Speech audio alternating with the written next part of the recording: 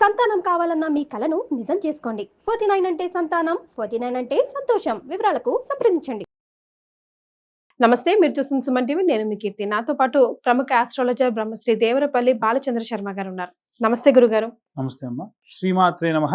శ్రీ గురుభ్యో నమః. గురుగారు, జూన్ 25 అమావాస్య.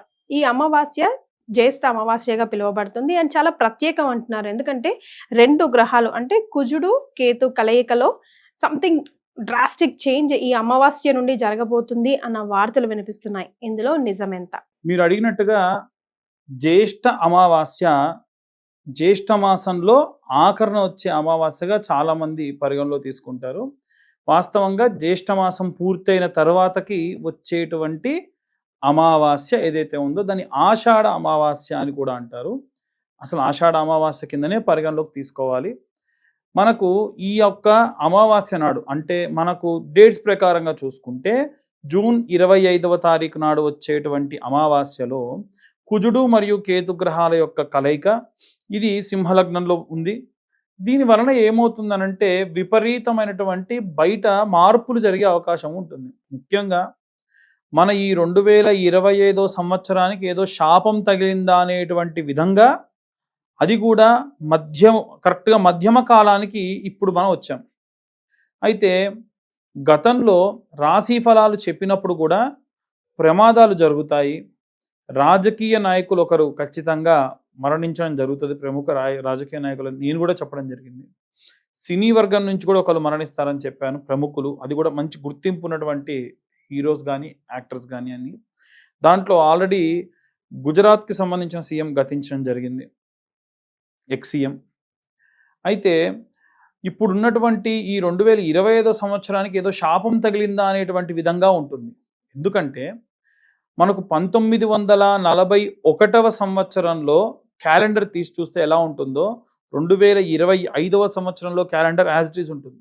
ఉన్నటువంటి వీకెండ్స్ కానీ ఉన్నటువంటి డేట్స్ కానీ స్టార్ట్ అయ్యే డేట్స్ కానీ ఎండ్ అయ్యే డేట్స్ కానీ సేమ్ ఉంటాయి. 1941 సంవత్సరంలో ఏం జరిగిందంటే జపాన్ వాళ్ళు పర్ల్ హార్బర్ మీద అటాక్ చేయడం, వాళ్ళు మళ్ళీ అటామిక్ రియాక్షన్ బాంబు వేయడం, కొన్ని లక్షల మంది చనిపోవడం, తర్వాతకి 2వ ప్రపంచ యుద్ధం అప్పుడే ప్రారంభం కావడం.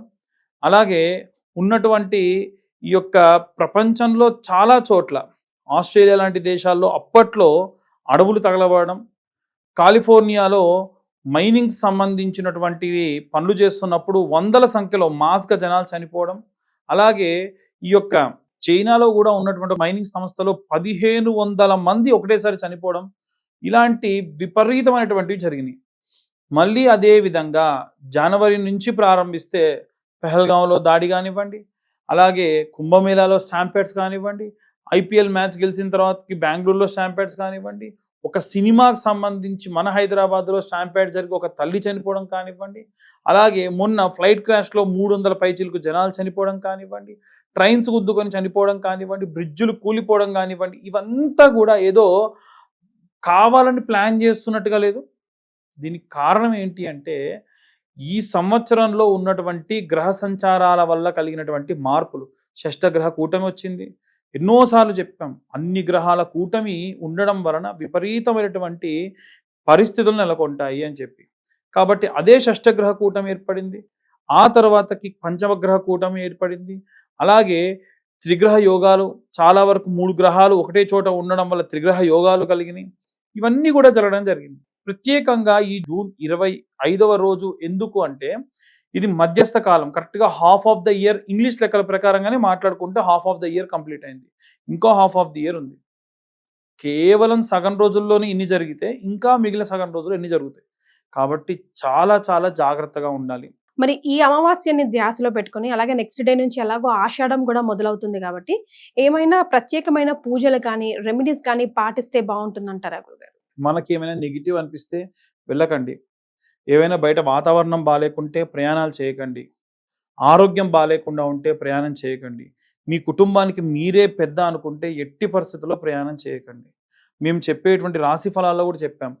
కాలసర్ప యోగం, కాలసర్ప దోషం ఉన్నటువంటి కాలం ఇది. 3 నెలల పాటు ఇంకా ఇలా ఉండబోతుంది. సెప్టెంబర్ వరకు ఇలా ఉంటుంది. చాలా జాగ్రత్తగా ఉండాలి.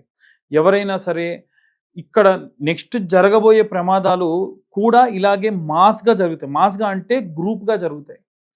పెట్రోల్ ట్యాంకర్స్ ఏవైనా బ్లాస్ట్ అవ్వచ్చు, ఏవైనా సరే చిన్న చిన్న పిల్లలు ఏదైనా వైద్య సంస్థకు సంబంధించి చేసినటువంటి తప్పిదముల వల్ల పిల్లలకు ఎఫెక్ట్ రావచ్చు, మాస్గా పిల్లలు చనిపోవచ్చు, ఏవైనా సరే మనుషులు ప్రయాణిస్తున్నటువంటి బస్సులు కానీ కార్లు కానీ ఒకదాంతో ఒకటి వాతావరణ సమస్యల వల్ల మంచులు కురవడం వల్ల గుద్దుకొని ఏవైనా సరే జనాలు చనిపోవచ్చు, ఏవైనా కొండ శిఖరాలు విరగొచ్చు, ఇలా ఏవైనా జరగవచ్చు. కాబట్టి చాలామంది ఏంటంటే ఇవాళ రేపు ఉన్నటువంటి యూత్ ట్రిక్కింగ్ అని బోటింగ్ అని ఇవన్నీ కూడా వింత వింత చేష్టలు, లేనిపోని పోకడలు. కాబట్టి ఇలాంటివన్నీ పోకుండా జాగ్రత్త ముందు మనం ఉండాలి కదా, మనం ఉంటే ఇంకా ఏవైనా చేయొచ్చు. కాబట్టి ఈ ప్రకారంగా ఉంటుంది. కుజుడు మరియు కేతువుల కలయిక ఏదైతే ఉందో అంత మంచిది కాదు.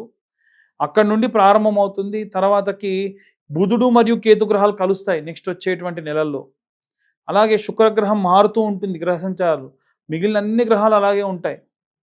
ఉన్న 6 నెలల్లో కూడా ఎన్నో రకాలైనటువంటి విపరీతమైన మార్పులు జరుగుతాయి. సినిమా ఇండస్ట్రీకి సంబంధించినటువంటి వాళ్ళు చాలా జాగ్రత్తగా ఉండాలి. శ్యామలాదేవికి సంబంధించి రాజశ్యామలాదేవికి సంబంధించినటువంటి హోమములు, ప్రత్యంగిర హోమములు, అలాగే చండీ హోమము ఇలాంటివి చేయించుకోండి. మిగిలిన వారికంటే కాస్త ధనం ఇబ్బంది అవుతుండొచ్చు. రాజకీయ రంగాల్లో ఉన్నవారికి, సినీ రంగాల్లో ధనం ఉన్న వారికి మీ గురించి మీకోసం ఎన్ని నమ్మకాలున్నా లేకున్నా ఈ 3-4 నెలల్లో ఇలాంటివి చేయండి. దానివల్ల ప్రత్యేకమైనటువంటి స్థితిని పొందవచ్చు. చాలా సంతోషం అండి. ధన్యవాదాలు. ధన్యవాదాలమ్మా.